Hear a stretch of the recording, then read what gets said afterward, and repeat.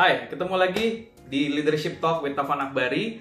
Ini nyambung dari sesi 1, teman-teman. Kalau di sesi 1, saya sempat bahas cara menjadi pemimpin efektif di komunitas, dan salah satu parameternya adalah melayani. Nah, di sesi yang kali ini, sesi kedua ini, saya akan bahas tentang servant leadership atau kepemimpinan yang melayani. Sebagian dari teman-teman yang dengar video ini mungkin sudah paham, tapi saya akan membahas dari perspektif bagaimana servant leadership ini menjadi paradigma pendekatan kepemimpinan yang menurut saya itu efektif dengan hadirnya bonus demografi yang diisi oleh anak-anak muda ini. Jadi maksudnya justru gaya kepemimpinan yang paling efektif untuk anak muda buat saya adalah saat ini itu adalah servant leadership, kepemimpinan yang melayani.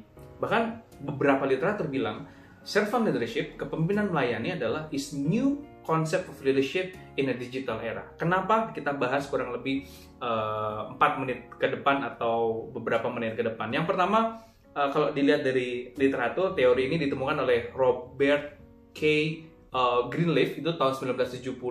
Nah, dari fase beliau merancang teori ini, akhirnya tidak terselesaikan karena beliau wafat ketika itu, sehingga konsep ini sudah sempat dicetuskan tapi belum banyak pembahasan detail tentang teori ini gitu. Bahkan di beberapa literatur kepemimpinan melayani lebih dekat case-case-nya dengan kepemimpinan yang sifatnya keagamaan gitu ya. Nah, saya mau membahas bagaimana kepemimpinan atau servant leadership ini dibahas dari perspektif anak muda. Nah, yang pertama kalau saya bahas poin yang perlu diketahui dari servant leadership is a shared leadership. Jadi orang-orang yang menganut atau orang-orang yang menjadi pemimpin melayani ini, dia itu nggak pelit ilmu, selalu mau sharing. Cocok kan dengan teman-teman muda yang sekarang lagi memimpin banyak orang di luar sana, keinginan sharing itu besar sekali. Nah, itu mungkin salah satu ciri Anda adalah kepemimpinan melayani, karena kita dengan senang hati berbagi ilmu dan mau sharing untuk membagikan ilmu-ilmu dan memperluas wawasan kita. Yang kedua, kita bicara salah satu konteks dari kepemimpinan melayani adalah sosok ini ingin sekali mengedepankan kebutuhan para pengikutnya, atau kita bilangnya para followersnya. Maksudnya apa? Ketika kita mampu melepas ego kita untuk memberikan kesempatan tim kita untuk maju, disitulah ujian kita sebagai pemimpin, bisa nggak jadi pemimpin yang melayani. Jadi mendahulukan para kepentingan para pengikutnya. Yang selanjutnya, kalau kita bicara servant leadership, bagaimana membantu tim kita punya kapabilitas yang sama dengan kita. Again and again. Kita nggak selamanya di posisi sekarang, teman-teman, akan berganti, akan ada yang terusin kita.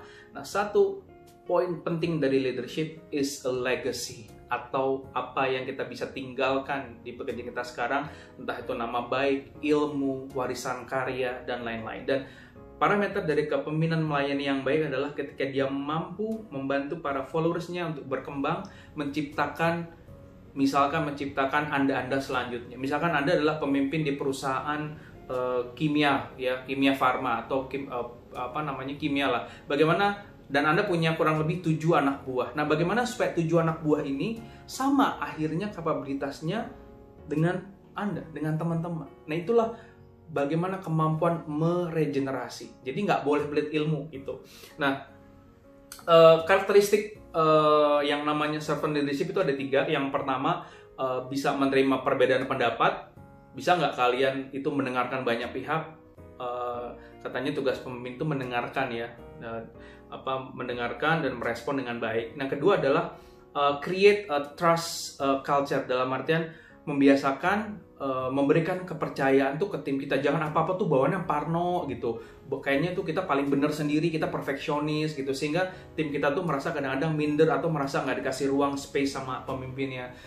Salah satu kunci dari kepemimpinan melayani adalah menghadirkan budaya kepercayaan, sehingga ini relate dengan karakteristik yang ketiga adalah akhirnya pemimpin yang lain itu mementingkan kepentingan bersama. It's not about her or himself, it's about us.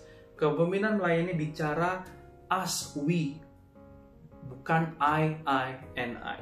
Nah, ini beberapa ciri-ciri nih kepemimpinan dari melayani. Kepemimpinan melayani ada 5 ciri yang saya sudah rangkum dari berbagai sumber. Yang pertama adalah dia memberdayakan atau empowering, mempercayakan kekuasaan pada orang lain, mendengarkan saran dari pengikutnya. Tuh, harus dengerin saran, jangan gengsi, gak boleh malu, karena pemimpin yang gengsi gak akan pernah maju. Yang kedua, ada yang namanya love atau kasih sayang. Maksudnya apa? Love ini melakukan hal yang benar pada waktu yang tepat. Tugas pemimpin adalah mengambil keputusan. Masalah benar atau salah bisa nanti diklarifikasi. Yang penting di saat ini kita ngambil keputusan di waktu yang tepat. Ketiga, dia punya visi, punya misi yang memang bisa menjadi daya imajinasi dari para pengikutnya. Keempat nih, penting banget teman-teman. Ini yang membedakan orang disukai atau tidak. Humility atau kerendahan hati. Bagaimana kita menunjukkan rasa hormat kepada karyawan. Bagaimana kita mau dengan senang hati mengakui kontribusi tim kita, tidak taking credit from them, tapi we give credit to them dan appreciate ke banyak orang. Itulah melayani, memberikan ruang. Mampu nggak teman-teman? Kalau mampu, keren banget dan bisa dipraktekin yang namanya kepemimpinan melayani. Karena saya yakin kalian akan jadi pemimpin yang disayangi dan tentunya sukses ke depannya. Dan saya mau ngajak bahwa ketika teman-teman sudah merasa saat ini menjadi pemimpin yang melayani, itu tidak cukup sampai sana aja. Teman-teman harus ngajak your circle of influence. You have to create a circle of influence. Ngajak teman-teman supaya bisa punya sense, punya values yang sama, bagaimana cara memimpin dengan values yang teman-teman miliki. Nah, jadi itu sharing pendek saya tentang kepemimpinan melayani. Mudah-mudahan kita bisa terus memposisikan diri kita, bisa terus melayani, menjadi pemimpin yang baik, bisa terus belajar, dan pada akhirnya kita bisa meninggalkan legacy atau nama baik yang bisa menjadikan amal ibadah buat kita semua ketika kita sudah tidak lagi ada di dunia ini. Saya Taufan Akbari, sekian Leadership Talk with Taufan Akbari, and you will become a great leader. Sampai jumpa. You will become a great leader.